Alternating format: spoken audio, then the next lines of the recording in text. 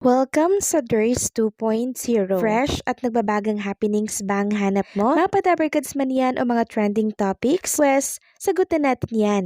Kaya naman isubscribe nyo na ang ating channel para sa mga nagbabagang balita everyday. Welcome back again sa ating YouTube channel mga kadabarkads, and for today's video, ang pag-uusapan natin ay tungkol sa mga importanteng kaganapan sa loob at sa labas ng Eat Bulaga. So kanina, unang arangkada pa lamang po ng programang Eat Bulaga, pero pasabog na mga kadabarkads, nakasama natin ang The OPM Friends na sina Mitch Valdez, Nanette Inventor, Pat Castillo, Pinky Marquez, Boss Rudo, and Celeste Legaspi. Sobrang nag-enjoy ang mga Dabarkads and syempre ang mga televiewers at ang Team Studio dahil ang 70s at 80s na favorite nilang sound trip ay trinobak dito po sa Eat Bulaga. And also nagkaroon din sila ng pagkakataon na i-promote ang kanilang concert by March 27, 2026 8 p.m. sa Newport World Resort. At ang nakakatuwa pa dito, meron po silang binigyan ng ticket para po sa isang lola na nagkakaedad ng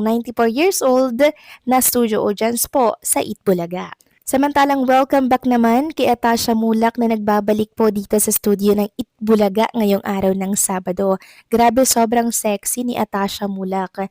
Sobrang slim ng kanyang katawan. Ganyan po talaga pag endorser ng Century Tuna. Mini-maintain ang kanyang figure dahil sa figure po ni Atasha Mulak nagre-reflect ang kanyang brand na ini-endorso. Samantalang kanina nagkaroon po ng pagkakataon na ipa-reenact ang isang eksena ng Bahay Aruga sa ilang Dabarkads host natin mula po sa dalawang EV Lenten Special. Sa The CEO, ang representante po ay si Ian Red.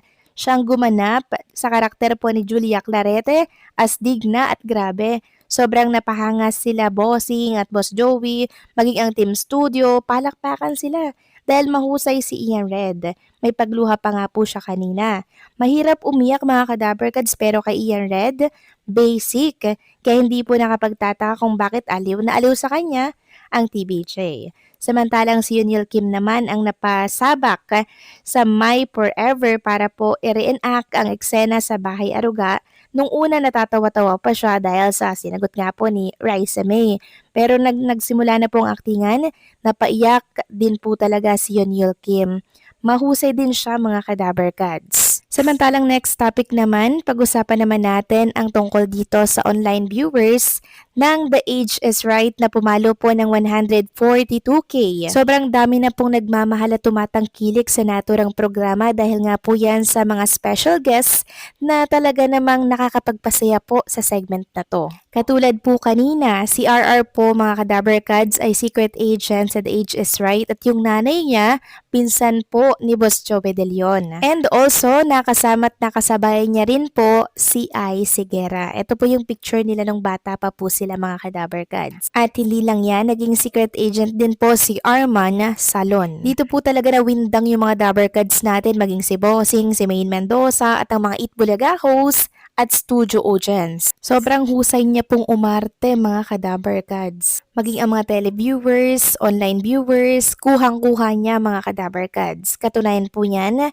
nakaaktingan niya din po si Ian Red, si Wally Viola, and syempre si Yunil Kim at si Alan Kay. Sobrang tuwang-tuwa po sa kanya mga kadabarkads, si Bossing at si Mayna Mendoza. And also, nakasama din natin si Jay Chris na kahit ganun po yung height niya, maliit siya, sobrang taas po ng kanyang boses. At dito po nagulat ang mga viewers dahil anak po pala siya ni Dagul. Katunayan yan, kasama niya po yung kanyang ama sa studio po ng Eat Bulaga and also kasama niya din po yung isa niyang kapatid. Bumisita po si Dagul dito po sa studio ng Eat Bulaga para syempre suportahan ang kanyang anak. And also, ang nakakatuwa dito, very proud din po si J. Chris na ipagsigawan ng ama niya ay si Dagul. Samantalang next topic naman, pag-usapan naman natin ang kaganapan sa mga singing queens So nakita nga natin ang ilang video na si Samantha Rescal, si SQKC, nandirito na po sa studio ng Itbulaga. Siguro dito po sila magmumula papunta po sa kanilang event na mangyayari po mamaya. Dito po yan sa Santa Cruz, Laguna to celebrate Anilag Festival in the Level Up concert taking place at Laguna Sport Complex.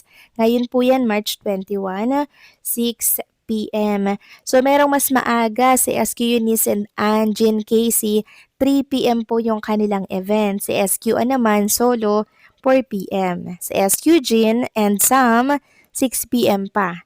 Si Casey and SQ Eunice, 6 p.m. So iba-iba po yung ganap nila mga Kadaber Cats. Pero by 3 p.m., full group na po talaga yung magsasama-sama sila, no? Special store appearance po yan and meet and greet. Kaya dito pa lang, congratulations. By the way, under po ito mga Kadaber Cats ng MQuest. Samantalang next topic naman, kanina po pinakita ni Raisa May Dizon na kaganapan po dito sa dressing room na kung saan kasama niya nga dito na nag-aayos sila Ian Red, si Atasha Mulak. Sobrang kulitan sila dito and talaga namang na-miss nila ng bonggang-bongga si Atasha Mulak dahil ngayon lamang ulit siya nakabalik sa naturang programa. Nung nakarang Sabado po kasi wala si Atasha dahil may ganap po siya para yan sa Set Appeal.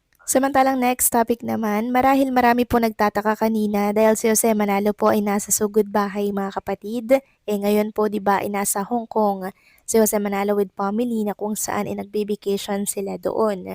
So reminders lamang ng sugod bahay mga kapatid ay pre-recorded na po. Na-record na po ito nung nakarang araw pa. Every Saturday kasi mga Kadamber Cats, 'di ba, ang buong Eat Bulaga host ay nasa Eat Bulaga studio para magpasaya ng sama-sama dito po sa Eat Bulaga. And speaking of Jose Manalo, narito po ang ilang picture kuha po yan sa Hong Kong na talagang namang nag-e-enjoy ang buong pamilya. Samantalang next topic naman, pag-usapan naman natin ang tungkol dito sa kaguluhan po ng fans ng ABS-CBN at ng fans po ng TV5. Sabi dito, kain suka. Pagbabalikan umano ng TV5 at ABS-CBN, pinalagan at binatikos ng kapamilya fans. Ayon sa ulat at usap-usapan, ay i-ere lamang ng Signal TV ang ABS-CBN News Channel, sinasabing Fay TV provider at wala ng iba.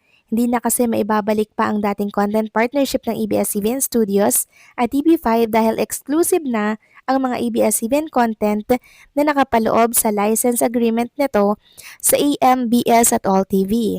Maging ang Zo Broadcasting Network na nagsasahim papawid din ng ABS-CBN content ay ituturing lamang na secondary airing dahil priority na ang nasabing content provider ang AMBS at All TV. Matatandang initsapwera nila ang A2C sa mga promos at palagay na sila sa AMBS All TV2 maging ang mga pamilya fans sa iyo ng balikan o bumalik sa TV5. Umani ito ng sandamakmak na batikos, negative at violent reactions sa mga kapamilya fans. Bakit daw ipinipilit pa ng TV5 at ni MVP ang ABS-CBN kung kaya naman itong mag-produce ng sariling mga programa? Aba may point nga naman sila, ang binitawan at sinuka na ay hindi na pwedeng kainin pang muli. So nasa ABS-CBN at TV5 na po yung agreement na yun, 'di ba? Kung both naman ay kikita dito, why not, 'di ba? Kaya yung mga bashers diyan ng TV5, wag niyong batikusin ang TV5 dahil kayo din or ang ABS-CBN ang magbe-benefit dito. So paano mga Kadaber Cats, hanggang dito na lamang po ang update natin. Maraming salamat sa patuloy na pagsuporta.